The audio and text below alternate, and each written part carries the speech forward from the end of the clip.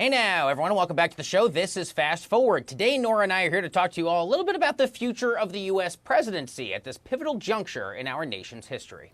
Prior to this election, 2 of the last 3 United States presidents received fewer votes than their opponents from the American people. Nearly 3 million more Americans voted for Hillary Clinton than for Donald Trump in 2016, and 500,000 more Americans voted for Al Gore than for George W. Bush in 2000, making Gore the first person since Grover Cleveland in 1888 to win the popular vote, but eventually lose the presidential contest. I am so excited there's at least one Grover Cleveland shout out on this show. Now, even this year here in 2020, Joseph Robinette Biden led the popular vote by a margin of more than 4 million people when the race was officially called a couple of days ago.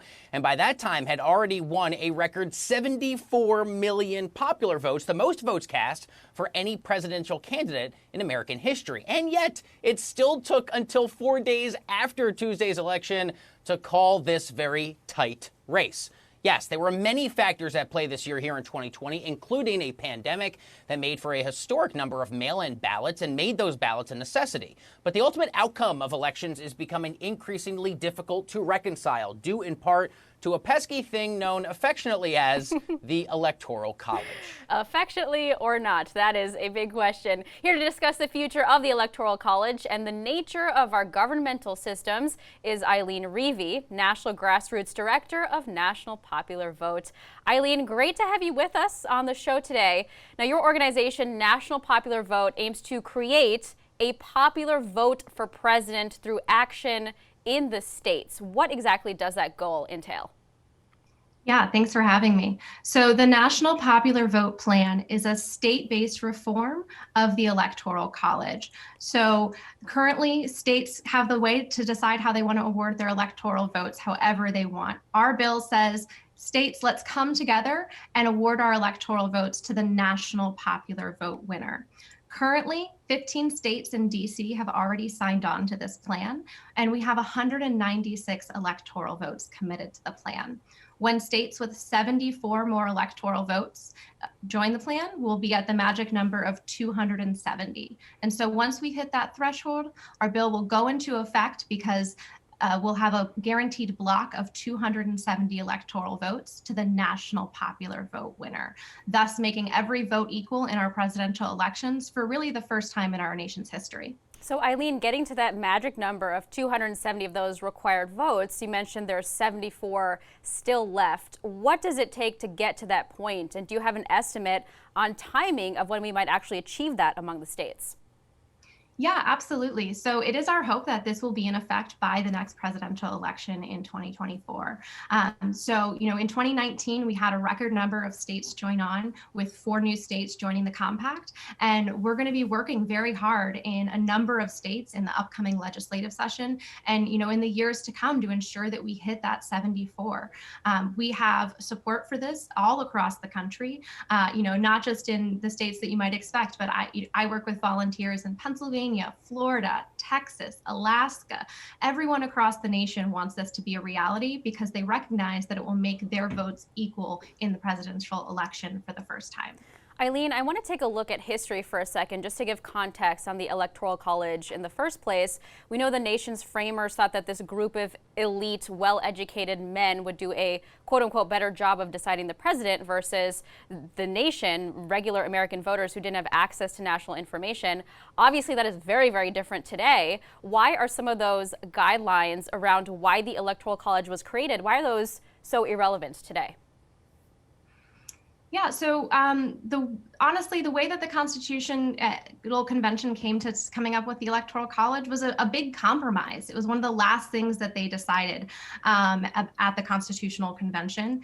And it's time that we recognize in our country that the Constitution leaves it up to the state legislatures to decide what's the best way to elect the president for their people. And so we can use that provision and say, state legislators, it should be one person, one vote for presidential elections. We shouldn't have 5 of our 45 presidents be elected with less votes nationwide. We shouldn't have candidates campaigning in only 12 states and ignoring 3/4 of the entire country in the general election because they're catering just to try and win over swing voters in swing states. So really, it's 2020. We have the ability for fast communication, and we all know that one person, one vote is how we elect every other office in this country, and that's how we should elect the president. Yeah, Eileen, to that point, you've argued that every presidential candidate should be required to campaign in every single state. Talk to me a little bit more about the details around what is preventing them from doing that now and what would compel them to do so in future elections. Yeah, so currently in our presidential election, we already know before the general convention happens to pick our candidates, we already know how 38 states are going to vote in the Electoral College because of our state winner-take-all laws that say, all right, California, your electoral votes, all 55 of them are going to go to whoever wins the most popular votes in your state. 48 of our states use laws like that. And as a result, that leads to candidates knowing it's a foregone conclusion what states are going to go red or blue. And the entire election really just comes down to a dozen or less states that are pretty close between Democrats and Republicans. And so as a result, their electoral votes are truly up for grabs in the path to 270 during the presidential election. So that's why we have candidates. They're just going to swing states. They're just going to Florida and Pennsylvania. If you look at the number of general election campaign events that occurred this year, 37% of them were in just Florida and Pennsylvania. Across the country, 96% of all of the general election campaign events occurred in just 12 states. So really, most of the voters in America are getting ignored under the current system. And Eileen, I feel like there's also a diversity argument to be made as well. Specifically, states with the highest relative weighting in the Electoral College are also generally less diverse. One example, Wyoming, about 90% white versus California, which is 40% white. A vote in Wyoming is worth almost four times a vote in California due to the Electoral College system. So what is the argument from a diversity and representation standpoint to get rid of the Electoral College system as it stands today? Yeah. Well, honestly, when we look at arguments like that, Wyoming and California, the voters in those states are actually both kind of irrelevant because we already know that Wyoming's 3 electoral votes are going to go to the Republican candidate, and we know that California's 55 are going to go to the Democratic candidate. So really, the only way to ensure that we have an outcome of the presidential election that reflects the true diversity of voices for the American people is by making every vote equal. It's this very simple idea, right? But it's something that we haven't yet achieved in our presidential elections. But if you want every voice to be heard and you want to motivate voters all across the country to turn out to vote, and people that maybe aren't showing up to vote now because they don't think that their votes will matter, this is how you do it, is by making every vote for president equal. And that we can do this by 2024. Yeah, I mean, I think this is the first that I've really heard that there are plans or you have confidence that this might happen before the next presidential election. But Eileen, there have been attempts in the past to abolish or at least change the electoral system, but those attempts have failed. Talk to me about that. Why has there been pushback and why have previous attempts failed at changing this? Yeah, there have been over 800 amendments to change or abolish the Electoral College, more than anything else in our Constitution.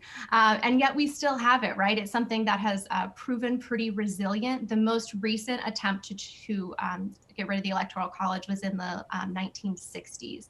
And so that's actually what makes our bill unique, is that we're not trying to change the Electoral College. We're changing how states work within the Electoral College. So this is something that honestly, 20 years ago, people hadn't really thought of this plan as an option. And so now that it's come into reality, it is something that is feasible. We've had 15 states in DC sign on. Over 3,000 state legislators across the country have endorsed this bill. And it's something that is genuinely achievable because we know that we only need 74 more electoral votes. We're already 73% of the way towards changing the way we elect the president for the better. All right, Eileen, thank you so much for your time today. We really appreciate it. That's Eileen Reavey, National Grassroots Director of National Popular Vote.